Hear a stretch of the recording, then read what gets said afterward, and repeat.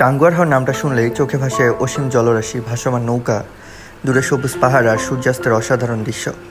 সুনামগঞ্জের এই হাওর যেন প্রকৃতির এক খোলা বই, যেখানে প্রতিটি পৃষ্ঠা আলাদা গল্প বলে। আজকের এই ব্লগে আমরা জানাবো কিভাবে টাঙ্গুয়ার হাওর যাবেন, কি দেখবেন, কোথায় থাকবেন এবং কিছু দরকারি টিপস। কিভাবে যাবেন টাঙ্গুয়ার হাওর? ঢাকা থেকে সুনামগঞ্জ। প্রথমে আপনাকে ঢাকা থেকে সুনামগঞ্জ যেতে হবে। বাস বা ট্রেনে যেতে পারেন। বাস সায়দাবাদ, মহাখালী অথবা গাবতলী থেকে সুনামগঞ্জগামী সরাসরি বাস পাওয়া যায়। এনার, শ্যামলী, হানিফ ইত্যাদি। সময় লাগে প্রায় 8 থেকে 10 ঘন্টা।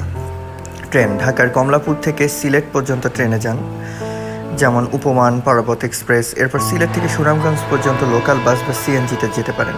সময় লাগবে 2 ঘন্টা। সুনামগঞ্জ শহর থেকে তাহিরপুর উপজেলায় যেতে হবে, যা হাওরের প্রবেশদ্বার বলা যায়।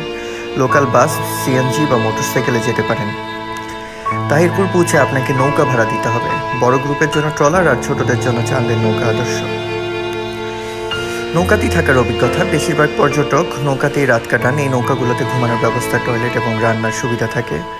হোটেল বা রিসোর্ট তাহিরপুরে কিছু গেস্ট হাউস আছে, যেমন জলভ্রমণ কটেজ, তাহিরপুর গেস্ট ইন, তবে আগে থেকে বুকিং করে যাওয়াই ভালো। টাঙ্গুয়ার হাওরে কি দেখবেন? বিশাল জলরাশি ও মুক্ত বাতাসে নৌকা ভ্রমণ, লাউরের গড়, বারিক টিলা, জাদুকাটা নদী, শহীদ সিরাজ লেক, পাখির রাজত্ব।